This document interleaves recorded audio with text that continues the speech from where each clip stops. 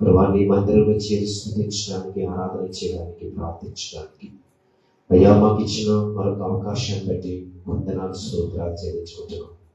దేవా ఇదిగోనైనా ప్రాముఖ్యమైన సమయం వచ్చాం తండ్రి. దేవా అందరితో మాట్లాడండి, మా ఆత్మను సేద తీర్చండి, మా ప్రాణాలను తృప్తిపరచండి. నీ కృపలోనైనా చేరువుని బిడ్డలందరినీ జ్ఞాపకం చేసుకోమని యేసుక్రీస్తు అన్న పేరిట ప్రార్థించి అడిగి వేడుకుంటున్నాను ప్రియమైన పరమ తండ్రి. ఆమేన్.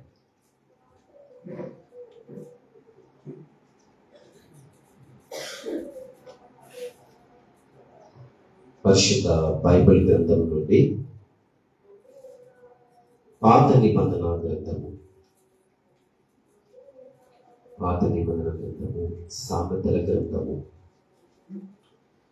15వ అధ్యాయము, సామెతల గ్రంథము 15వ అధ్యాయము 20వ వచనం చదువు. జ్ఞానము గల కుమారుడు తండ్రిని సంతోషపెట్టాడు, బుద్ధిహీనుడు తన తల్లిని తిరస్కరించను. మరలా చదువు. జ్ఞానము గల కుమారుడు తండ్రిని సంతోషపెట్టాడు, బుద్ధిహీనుడు తన తల్లిని తిరస్కరించను. ఇంకొక లేఖనం చూద్దాం. 17వ అధ్యాయం 20వ అధ్యాయం 21వ వచనం. 17వ అధ్యాయం. బుద్ధిహీనుని కనిన వానికి వ్యసనము కలుగును, తెలివిలేని వాని తండ్రికి సంతోషము లేదు. 25 కూడా చదువుతాం. 25. బుద్ధిహీనుడకు కుమారుడు తన తండ్రికి దుఃఖము తెచ్చను, తను కనిన దానికి అట్టివాడు బాధ కలుగజేయను. చాలు. దేవునికి స్తోత్రం చేద్దాం. హల్లెలూయా. దేవునికి స్తోత్రం, దేవునికి స్తోత్రం. మంచిది. ఈనాటి దినాన్న సామెతల గ్రంథంలో ఒక మాట మనకి అర్థమవుతుంది. బుద్ధిహీనుడు తన తండ్రికి ఏం తెచ్చినంటే అవమానం తెచ్చను, దుఃఖము తెచ్చను, వ్యసనం తెచ్చను. అలాగే తల్లికి కూడా అదే రీతి కూడా మనం చదువుతున్నాం. ఈ యొక్క 25వ వచనం చూస్తే బుద్ధిహీనుడు కుమారుడు తన తండ్రికి దుఃఖం, తన కనిన తల్లికి బాధ. అంటే ఇక్కడ మనం ఆలోచన చేస్తే మన పరిశుద్ధ బైబిల్ గ్రంథంలో చూస్తే అబ్రహాంకి ఇస్సాకు జన్మించాడు, హగర్కి ఇస్మాయిల్ జన్మించాడు. ఇక్కడ ఇద్దరు కుమారులను చూస్తే ఒకరు అబ్రహాంకి సంతోషం కలిగించాడు ఇస్సాకు, దుఃఖం ఎవరు కలిగించారంటే ఇస్మాయిల్. అంటే ఇక్కడ చూస్తే మనం పరిశుద్ధ బైబిల్ గ్రంథం చూస్తే భక్తులు వారి యొక్క జీవితంలో, కుటుంబంలో చూస్తే వారికి కూడా బాధ ఉన్నట్టు, వారికి కూడా దుఃఖం ఉన్నట్టు, వారికి కూడా కుమారుని బట్టి వ్యసనం, అంటే వారికి ఎంతగానో దుఃఖపడ్డట్టు మనం చూస్తున్నాం. అంటే ప్రతి కుటుంబంలో చూస్తే కొంతమంది కుమారి అంటే తన కుమారుని పట్ల ఎంతో సంతోషం కలిగిన తల్లిదండ్రులు ఉన్నారు, ఎంతో దుఃఖపరిచిన కుమారులు కూడా ఉన్నారని మనం చూస్తున్నాం. అయితే ఇక్కడ ఇస్మాయిల్ ద్వారా ఎంతో దుఃఖం కలిగిందంట అబ్రహాం గారికి. అలాగే వాగ్దానం చేసినటువంటి పుత్రుడు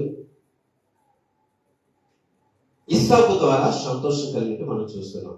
ఇకపోతే మరొక భక్తుడు ఎవరంటే యాకోబు, క్షమించాలి ఇస్సాకు.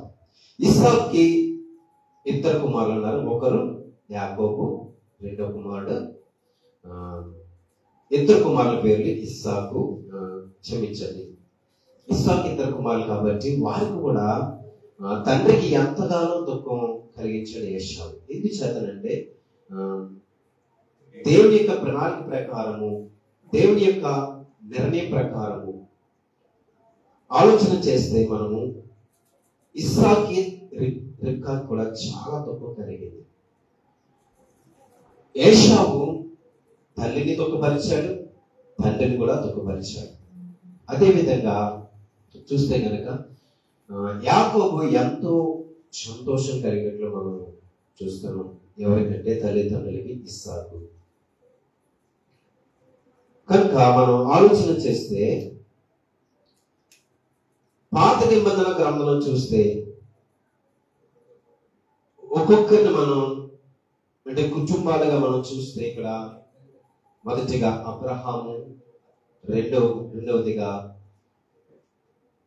యాకోబును మనం చూస్తున్నాము. అంటే అబ్రహాం కుమారుడు ఇస్సాకు, ఇస్సాకు కుమారుడు యాకోబు మనం చూస్తున్నాం. వీళ్ళు వారి కుటుంబానికి ఎంతగానో సంతోషాన్ని కలిగజేశారు. కనుక ఇంకొక భక్తులు మనం చూస్తే దావీదును మనం చూస్తే తన కుమారులో సొలొమోను ఎంతో సంతోషం కలిగిన ద్వారా అబ్షాలోము అమ్నోను ద్వారా దుఃఖము కలిగింది. మరొకసారి మనం జ్ఞాపకం చేసుకుందాము. అబ్రహాంకి దుఃఖం కలిగించింది ఎవరంటే ఇస్మాయిల్. మరొకరు ఇస్సాక్కి దుఃఖం కలిగించింది ఎవరంటే ఏశావు. అలాగే దావీదుకి దుఃఖం కలిగించింది ఎవరంటే అబ్షాలోము, అమ్నోను. ఇలా చూసుకుంటూ వెళ్తుంటే చివరికి ప్రేమించినటువంటి మన దేవుడు ఎవరి ద్వారా ఆయన సంతోషపడుతున్నాడు, ఎవరి వలన తండ్రి దుఃఖపడుతున్నాడు. అందుకే బైబిల్ గ్రంథంలో చూస్తే ఒక తల్లి తన కుమారుని ఆదరించినట్లు నేను మిమ్మల్ని ఆదరిస్తాను అంటాడు యెషయా గ్రంథం. అలాగే తండ్రి ఏమంటాడంటే నేను మీకు తండ్రినై ఉందును, మీరు నాకు కుమారులే ఉందురు అని. అంటే ఆ విధంగా మనం చూస్తే దేవుడు మనకి తల్లి తండ్రి. ఎవరండి? మన దేవుడు మనకి తల్లి తండ్రి.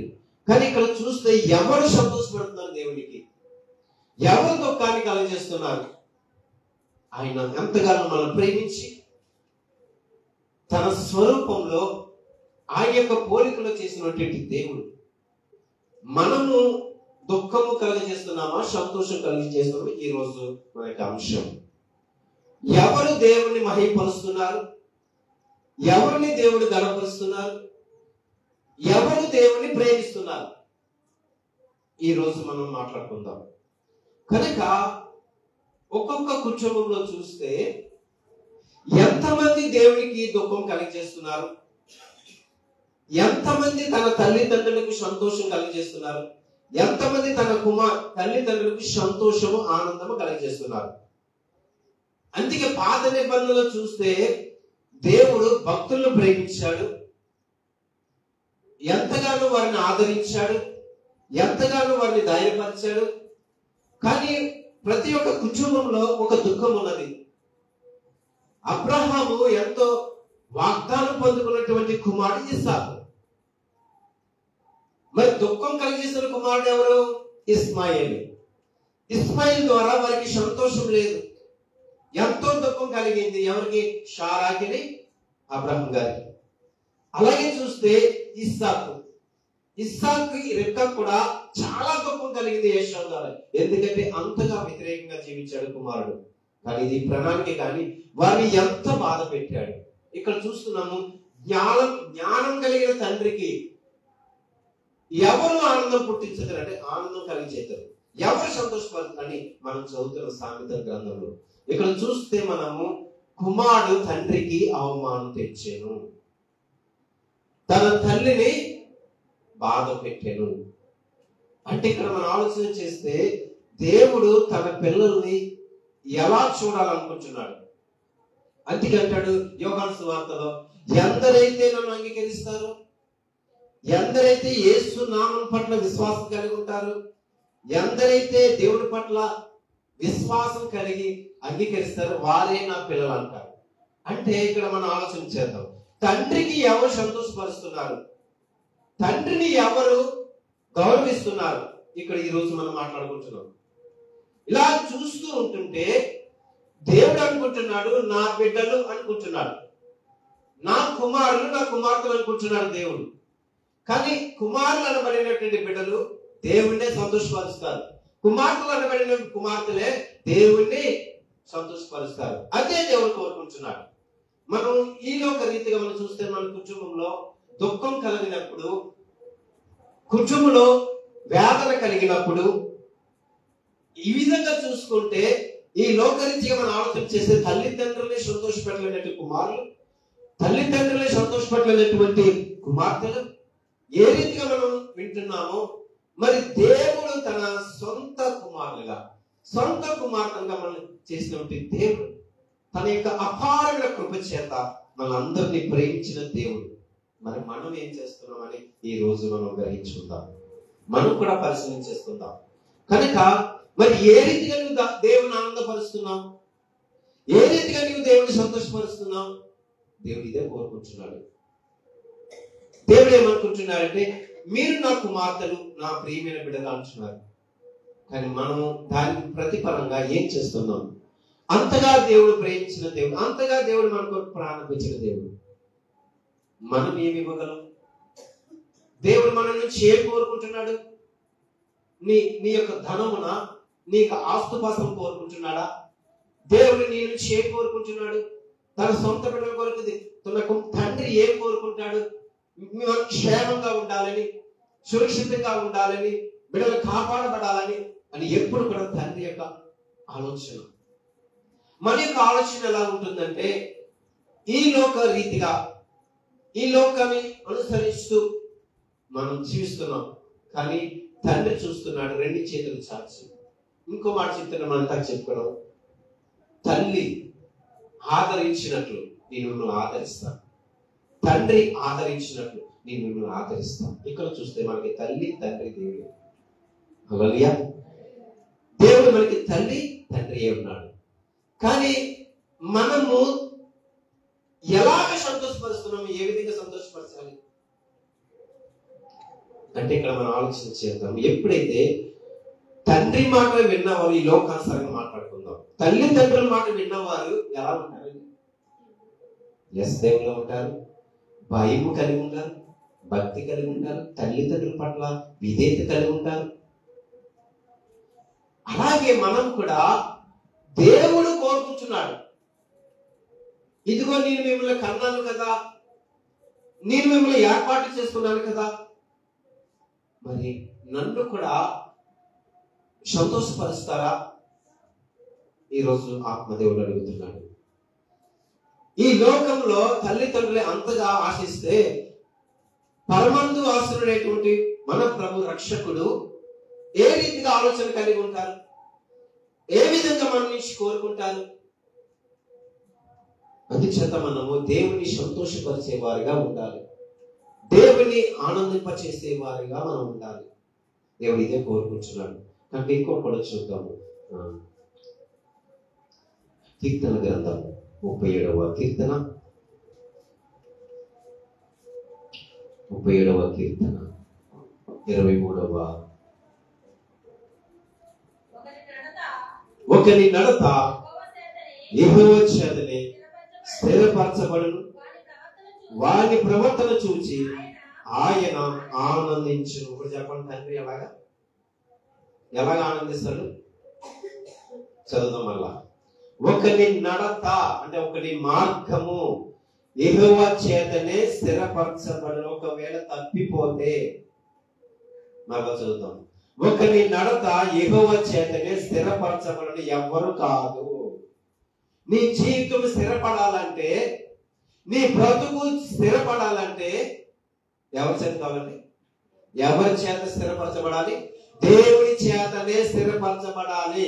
ఎప్పుడైతే నువ్వు స్థిరపరుస్తావో, దేవునిలో ఉంటావో, దేవుని అనుసరిస్తావో, రెండో మాట చదువుతాం, వారి ప్రవర్తన చూసి. ఏ ప్రవర్తన? ఏ ప్రవర్తన చూసి? ఏ ప్రవర్తన? మంచి ప్రవర్తన, దేవుని యందు భయము భక్తి కలిగి మంచి మార్గంలో నడిచినటువంటి కుమారుడు కుమార్తె, వారిని ప్రవర్తన చూచి ఆయన ఆనందించును. ఇప్పుడు ఆనందిస్తాడు. ఎందుకు ఆనందిస్తాడు? ఇతడు నా ప్రియమైన కుమారుడు, ఈమె నా ప్రియమైన కుమార్తె, ఈమె ప్రవర్తన మార్చుకుంది, నా మాటలు అంగీకరించింది, నన్ను అనుసరిస్తుంది అని దేవుడు అంట మురిసిపోతాడంట. ఇప్పుడు అంటాడు, ఈమె నా కుమారుడు, ఈమె నా కుమార్తె. ఇప్పుడు అంటాడు మరలా యోహాను భక్తుడు రాశాడు, ఎందరైతే నన్ను అంగీకరిస్తారో వారే నా కుమారుడు. అంగీకరించాలంటే అంటే ఇక్కడ మనం చదివాం కదా, మన నడక అంటే నడత, మన ప్రవర్తన, మార్గము, మన ఆలోచనలు, తలంపులు, ఉద్దేశాలు అన్ని కూడా మారాలి. అప్పుడే దేవునికి సంతోషం. ఎవరి ద్వారా? నీ ద్వారా. ఎవరి ద్వారా? మనందరి ద్వారా. అప్పుడే దేవుడు ఆనందిస్తాడంట. ఇంకొకటి చూద్దాం. 147వ కీర్తన. 147వ కీర్తన 10-11 చూద్దాం. గుర్రముల బలమునందు ఆయన సంతోషించడు, నరుల కాలి సత్వయందు ఆయన ఆనంది. అర్థం ఏంటండి? అర్థం ఏంటి అంటే ఇక్కడ గుర్రముల బలమునందు ఆయన సంతోషించాడు. అంత బలం ఉన్నా సరే దేవుడు ఏం పెద్ద అంగీకరించాడు. అందుకే చాలా బలవంతులు ఉంటారు ఈ లోకంలో, చాలా మంది బలవంతులు. ఇప్పుడు మనుషుల గురించి మాట్లాడుతున్నాడు. చదువు. నరుల కాలి సత్వయందు ఆయన ఆనందించడు. నరుల బలం వలన ఆయన ఏం ఆనందించడు. తన యందు భయభక్తులు గల వారి యందు, తన కృప కొరకు కనిపెట్టి వారి యందు యెహోవా ఆనందించి వాడై ఉన్నాడు. మళ్ళా ఆనందిస్తున్నాడు. ఎలా ఆనందిస్తాడు? మళ్ళా తన కృప కొరకు, మళ్ళా చదువు. తన కృప కొరకు కనిపెట్టి వారి యందు యెహోవా ఆనందించి వాడై ఉన్నాడు. ఎప్పుడు ఆనందిస్తాడు దేవుడు? మనకు అర్థమవుతుంది ఇక్కడ లేఖనం చదువుతుంటే. బేసంగా మన ఆలోచన చేద్దాము. దేవునికి ఎప్పుడు సంతోషం కలుగుతుంది? ఎప్పుడు నీవు సంతోషపరుస్తావు? ఏ విషయంలో నీవు ఆనందపరుస్తావు? నీ కానుకను బట్ట, నీ యొక్క అర్పణలు బట్ట దేవుడు అది అడుగుతున్నాడా? చెప్పండి. దేవుడు కానుకలను బట్ట, లేదంటే నీవు ఇచ్చిన అర్పణలు బట్ట ఏమడుగుతున్నాడు? ఒకే నువ్వు మందిరానికి వస్తున్నావు, మంచిదే. కానీ మందిరానికి వచ్చేవాళ్ళకు నీకేం కలగాలి? దేవుని యందు భయము, భక్తి కలగాలి. నువ్వు ఎంతకాలం వచ్చినా వ్యర్థమే కదా. ఎంతకాలము దేవుని సన్నిధిలో కనిపించిన వ్యర్థమే కదా. ఏం కావాలంటున్నాడు? తన యందు భయభక్తులు గల వారి యెడల, తన కృప కొరకు కనిపెట్టి వారి యందు యెహోవా ఆనందించేవాడు. నువ్వు కృప కొరకు కనిపెట్టాలి, నిరీక్షించాలి, భయము కలిగి ఉండాలి, భక్తి కలిగి ఉండాలి. అందుకే మొదటి మాటలు చదువుతున్నాము. నరులు కాలు అంటే బలము చేత నేనేమి సంతోషించను. నీకు ఎంత బలం ఉంటే ఏం లాభం? పైకి వచ్చి ఏమంటున్నాడంటే గుర్రములకున్న బలము నాకు సరిపోదు అంటున్నాడు. అంటే ఇక్కడ ఏం కావాలి? నీ ద్వారా ఏం పొందుకోవాలనుకుంటున్నాడు? నీ ద్వారా ఏం కావాలనుకుంటున్నాడు? దేవుడు సంతోషం కావాలనుకుంటున్నాడు. నీ ద్వారా ఆనందం పొందాలనుకుంటున్నాడు దేవుడు. మరి ఎలా ఆనందపరుస్తావు? ఎలా దేవుడు సంతోషపరుస్తావు? ఒక కుటుంబంలో తన కుమారుడు ఒక మంచి స్థితిలోకి వచ్చినప్పుడు, ఒక మంచి ఉద్యోగం చేసినప్పుడు తల్లిదండ్రులకి అనిపిస్తుంది. ఒక ప్రయోజకుడు అయినప్పుడు, ఒక ప్రయోజకురాలు అయినప్పుడు తల్లిదండ్రులకు ఏమనిపిస్తుంది? నేను చాలా సంతోషం అనిపిస్తుంది కదా. అయ్యో నేను ఇంతకాలము నీ చదివించింది, ఖర్చు పెట్టింది వృధా కాకుండా నా బిడ్డల ద్వారా మేము సంతోషం కలిగాం. ఎంతో ఆనందిస్తారు. అబ్బా మంచి ప్రయోజకులు అయ్యారు, మంచిగా ఉన్నారు, ఒక మంచి స్థితికి వచ్చారని వారే సంతోషపరుస్తుంది కదండి. అందరికంటే వాళ్ళే కదా సంతోషిస్తారు తల్లిదండ్రులు. ఇప్పుడు దేవుడు కలిగి అడుగుతున్నాడు. అయ్యో నేను కన్నానే, నా రక్తాన్ని చిందించేనే, నా ప్రాణం పెట్టేనే, దానికి బదులుగా ప్రతిఫలం ఏది? ఏం కనిపిస్తుంది? దేవుడు అడుగుతున్నాడు ప్రశ్న ఈరోజు. నీ ద్వారా ఏం కలుగుతుంది? దుఃఖమా, సంతోషమా, వ్యసనమా, లేదంటే అవమానమా దేవునికి? అందుకే అంటాడు మీ వలనే కదా అన్య జనుల మంచి నా నామము దూషింపబడుతుంది. ఇన్ని భరిస్తున్నాడు దేవుడు. నీ ద్వారా ఏం కావాలి దేవుడికి? నీ ద్వారా దేవుడు ఏమి కావాలనుకుంటున్నాడు? ఆయనకి సంతోషం కావాలంటే, ఆనందం కావాలి, నీవేం చేయాలి? మనమేం చేయాలి?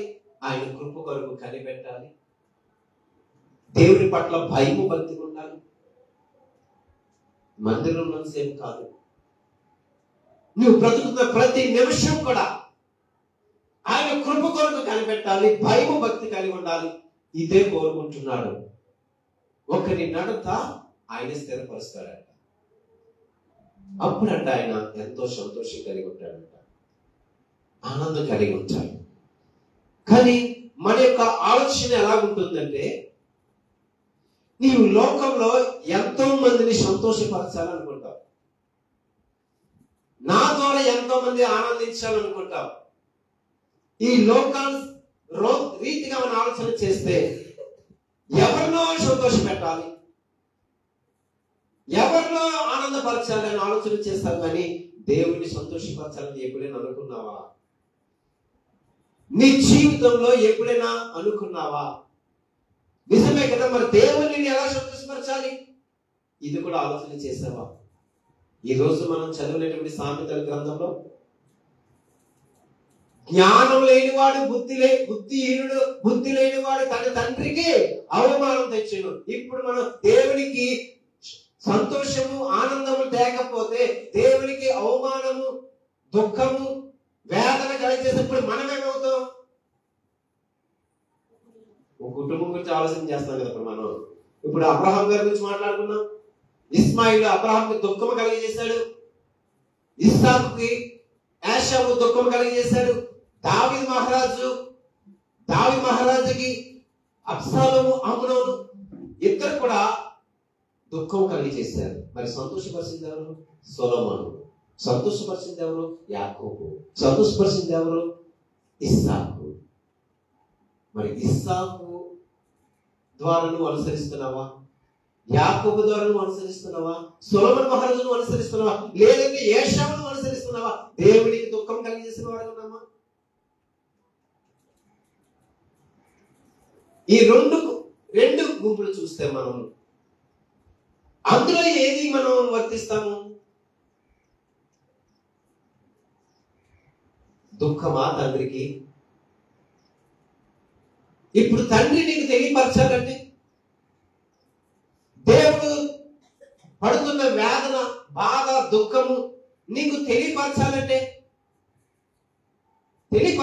నువ్వు వాక్యం చదవాలి, దేవుడి మాటలు వినాలి, మందిరానికి రావాలి. లేదంటే నీకు అర్థం కాదు. ప్రతిరోజు దేవునికి దుఃఖం కలిగజేస్తావు, ప్రతిరోజు నువ్వు దేవుణ్ణి పొడుస్తావు, పక్కన సిలువ వేస్తావు. కానీ అక్కడ దేవుడు ఆ విషయంలో కూడా బాధపడడం లేదు, కానీ అడుగుతున్నాడు, నన్ను ఏ రీతిగా నీవు సంతోషపరుస్తున్నావు? ఏ విధంగా నువ్వు నన్ను ఆనందపరుస్తున్నావు? ఒక తల్లిగా నిన్ను ఆదరిస్తున్నానే, ఒక తండ్రిగా నిన్ను ఆదరిస్తున్నానే, కాపాడుతున్నానే, నువ్వు వచ్చుట ఎందు బయటికి వెళ్ళి ఎందు నేను కాపాడుతున్నానే, నువ్వు చేస్తున్న ఉద్యోగంలో పనిలో నీకు సమృద్ధిస్తున్నానే, నాకెలా దుఃఖము?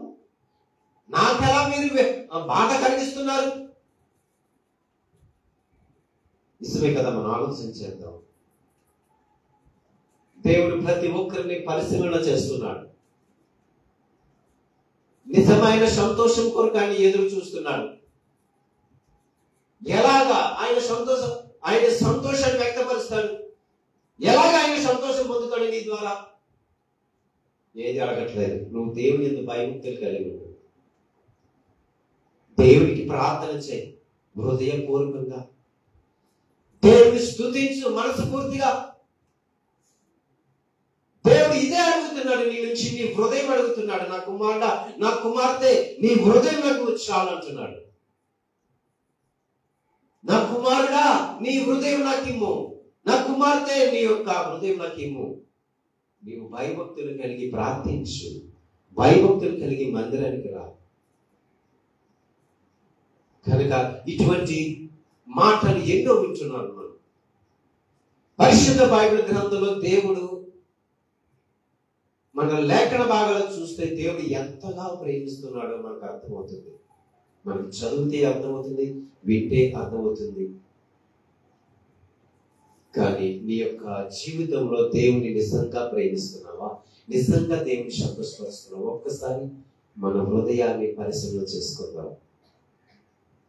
దయచేసి మనము క్రైస్తవులమని చెప్పుకోవడం కాదు, దేవుని బిడ్డలమని చెప్పుకోవడం కాదు. దేవుడు చెప్పాలి, నువ్వు నా ప్రియమైన బిడ్డవే, నువ్వు నా ప్రియమైన వాడు. అందుకే యేసయ్య అంటాడు, ఈయన నా ప్రియ కుమారుడు, ఈయన యందు నేను ఆనందించుచున్నాను. మోషే నా ఇల్లందులో నమ్మకమైన వాడు, దావీదు నా ప్రాణ స్నేహితుడు, అబ్రహాం నా స్నేహితుడు, నా హృదయానుసారుడు, దానియేలు బహుప్రియుడు. ఇన్ని మాటలు చెప్పిన దేవుడు వారు ప్రేమించారు కాబట్టి. ఎందుకంటే అబ్రహాము దేవుని సంతోషపరిచాడు. ఎట్లా? దేవుడు అబ్రహాముని సంతోషపరిచాడు. ఎట్లా? అబ్రహాము దేవుని ఎలా సంతోషపరిచాడు? ఎట్లా? ఎట్లా అంటే అబ్రహాము భయము భక్తి కలిగి తన కుమారుని బలి ఇవ్వడానికి సిద్ధపడ్డాడు. హల్లెలూయా. ఇస్సాకు ఎలాగా? యాకోబు ఏశావు వారి మధ్యలో వైరం కలిగినప్పుడు అక్కడ ఇస్సాకు యొక్క నమ్మకత్వం కనిపిస్తుంది. ఇస్సాకు తన భయభక్తులు కలిగి ఎంతో వినయమిదత కలిగి దేవుని మాటలు అంగీకరించి తన బ్రతికినంత కాలం సమాధానంగా బ్రతికాడు. దేవుని సంతోషపరిచాడు. దావీదు చేసిన తప్పును ఒప్పుకున్నాడు, హృదయపూర్వకంగా దేవుని సన్నిధిలో ఒప్పుకున్నాడు, విడిచిపెట్టాడు. దావీదు నమ్మకస్తుడయ్యాడు, దేవుని సంతోషపరిచాడు.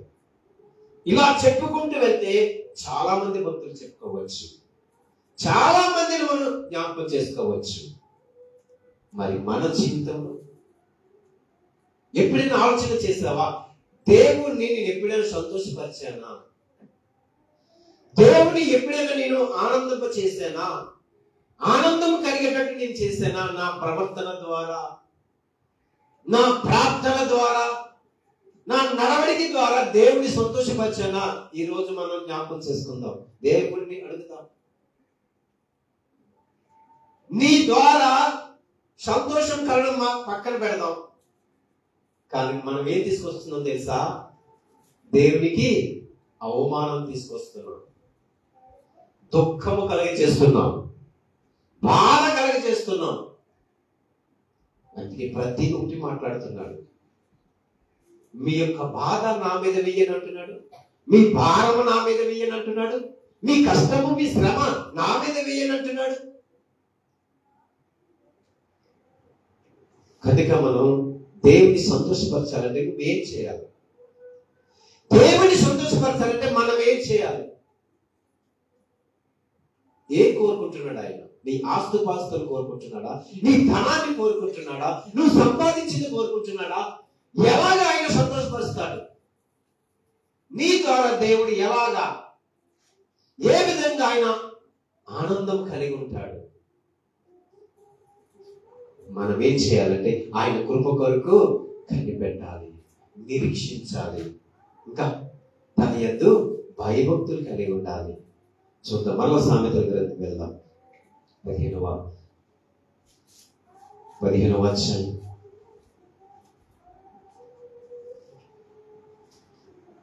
20వ వచనం వెళ్దాం. జ్ఞానం గల కుమారుడు తండ్రిని సంతోషం. జ్ఞానం లాగా వస్తుంది. ఓకే, ఇక్కడ కుటుంబం గురించి మాట్లాడలేదు, దేవుడి గురించి మన గురించి మాట్లాడుకుందాం. మరలా చూద్దాం. జ్ఞానం గల కుమారుడు తండ్రిని సంతోషపెట్టును, బుద్ధిహీనుడు తన తల్లిని తిరస్కరించును. ఓకే, ఇక్కడ అర్థమవుతుందా? ఇందాక చెప్పాను, మన తండ్రి కూడా ఎవరండి? మన దేవుడే. తల్లిలా ఆదరిస్తాడు, తండ్రిలాగా ధైర్యపరుస్తాడు, తండ్రిలాగా మనల్ని ఆదరిస్తాడు. ఇక్కడ జ్ఞానం కలిగిన కుమారుడు కుమార్తె పెట్టుకుందాం. జ్ఞానం కలిగిన కుమారుడు కుమార్తె దేవునికి సంతోషం. అంట ఏ విధంగా జ్ఞానం పొందాలంటే? జ్ఞానం ఎక్కడి నుంచి వస్తుంది? మనం కూడా చెప్పాలి. జ్ఞానం ఎవరు ఇవ్వాలి? దేవుడే ఇవ్వాలి. జ్ఞానం అంటే జ్ఞానం ఎవరు? జ్ఞానం ఎవరు? జ్ఞానం ఏమంటాడు యేసయ్య? నేనే జ్ఞానమును అంటాడు. అంటే నువ్వు ఎవరు పొందాలి? ఇప్పుడు ఎప్పుడైతే నువ్వు జ్ఞానం పొందుకుంటావో అప్పుడే దేవుని సంతోషపరుస్తావంట. ఇప్పుడు ఇంకోటి చదువు. ఓకే, కింద బుద్ధిహీనుడు. ఓకే, దీనికి అర్థం ఏంటంటే బుద్ధిహీనుడు అంటే బుద్ధిహీనుడు. బుద్ధిహీనుడు అంటే పిచ్చోడు. ఏంటంటే పిచ్చోడు. బైబిల్ గ్రంథంలో మనం మాట్లాడుకుంటే బుద్ధిహీనుడు పిచ్చోడు. చూద్దాం. బుద్ధిహీనుడు తన తల్లిని తిరస్కరించును. 17కి వచ్చేద్దాం. మళ్ళీ 17 ఓకే 21 వచ్చును. బుద్ధిహీనుడు కలిగిన వాడికి వ్యసనము కలుగును. చాలు. మళ్ళా చదువు. బుద్ధిహీనుడు కలిగిన వాడికి వ్యసనము కలుగును. ఎవరు అంటే మనం చూస్తే దేవుడు మిమ్మల్ని నేను కని ఉన్నాను అంటాడు. నేడు నేను మిమ్మల్ని కని ఉన్నాను అంటాడు దేవుడు. ఇప్పుడు ఏం కలిగేస్తున్నాం మనం? చదువుదామా? మళ్ళా చదువు.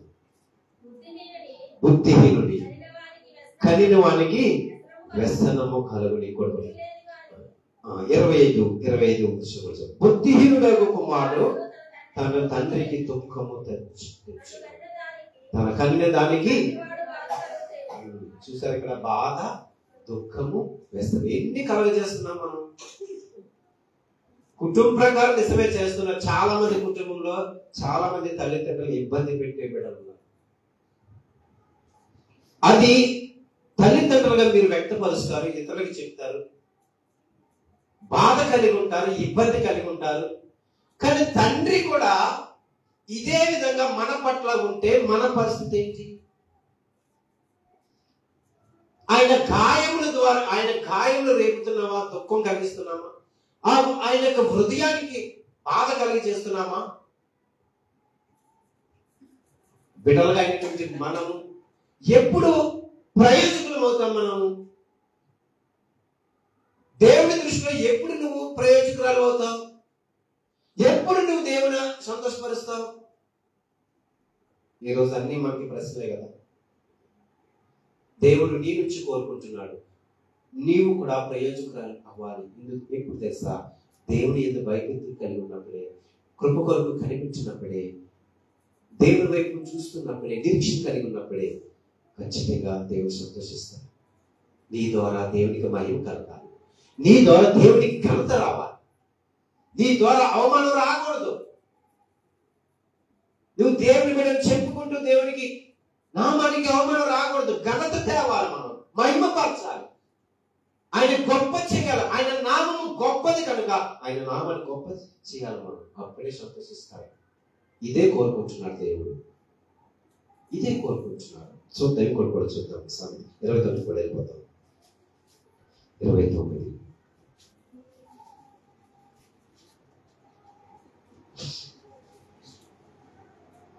3వ వచనం. జ్ఞానమును ప్రేమించేవాడు తన తండ్రిని సంతోషపరచును. చాలు. ఇక్కడ కూడా అదే మాట చదువుతున్నాం. ఇంకోటి కూడా చదువు. 23వ వచనం.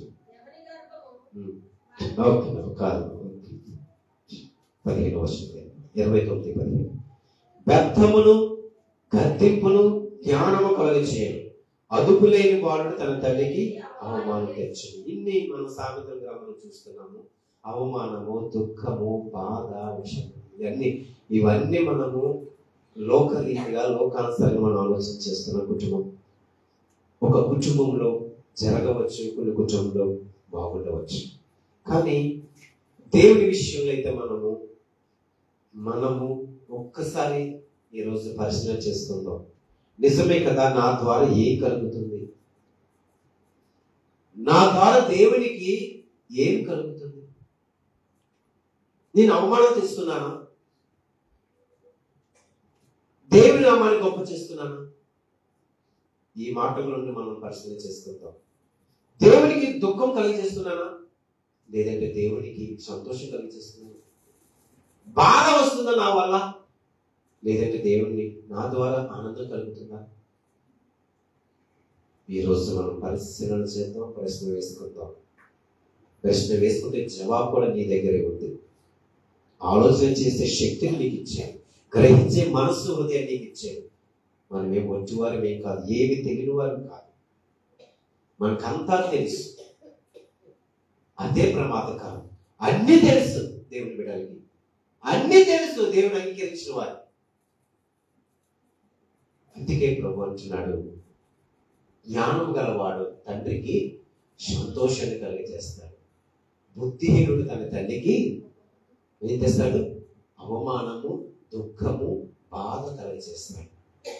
కనుక మనకి తల్లి తండ్రి కూడా దేవుడే కనుక మరి ఏమి కలిగజేద్దాం? మనం ఈరోజు ఒక నిర్ణయం తీసుకొని మనం మందిరం నుంచి వెళ్తాం. నీ ద్వారా ఏమి కోరుకుంటున్నాడు? ఒకరు మాట్లాడుకో, నీ మనసుతో మాట్లాడుకో, నీ హృదయంతో మాట్లాడుకో.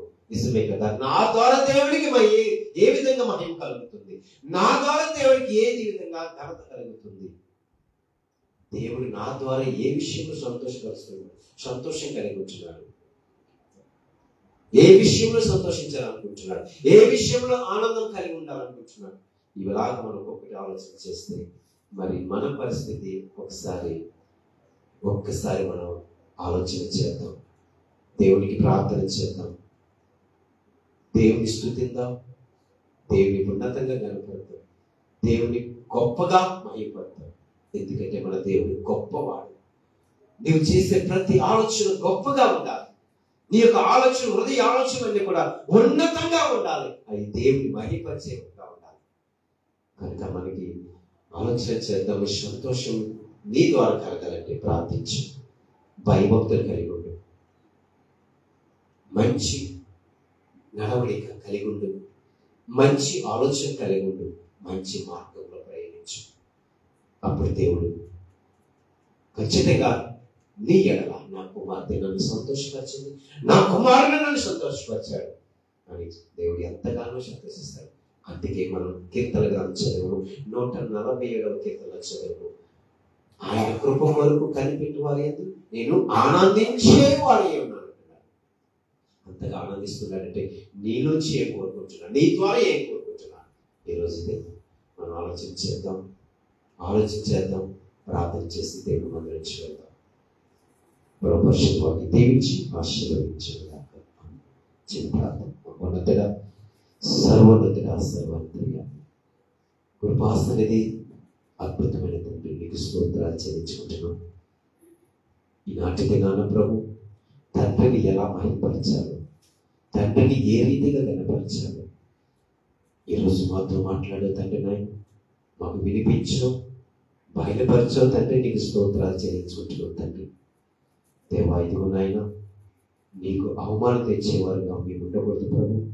నీ ప్రియమైన బిడ్డలుగా, నీ ప్రియమైన కుమార్తెలుగా ఉండగలడానికి సాధించండి ప్రభు. చేరున్న ప్రతి బిడ్డను ప్రతి కుటుంబాన్ని దీవించండి, ఆశీర్వదించండి తండ్రి. విన్న వాక్యాన్ని విడిచిపెట్టుకోకుండా తండ్రి, హృదయం నెమరవేసుకుంటూ తలపోసుకుంటూ తండ్రి ఆ రీతిగా జీవించడానికి ఆయన కృప దయచేయమని యేసు పరిశుద్ధమైన నామమును బట్టి ప్రార్థించి వేడుకుంటున్నాను తండ్రి. ఆమేన్. తండ్రి, కుమారుడు, పరిశుద్ధాత్మ త్రియేక దేవుని దీవెన ఆశీర్వాదం ఇప్పుడు ఎల్లప్పుడూ సదాకాలం జీవన బిడ్డలకు, కుటుంబాలకు, అలాగే ఆమె ద్వారా వీక్షించిన వారు దేవుని తోడుని నడిపించుగాక. ఆమేన్. అందరికీ వందనాలు.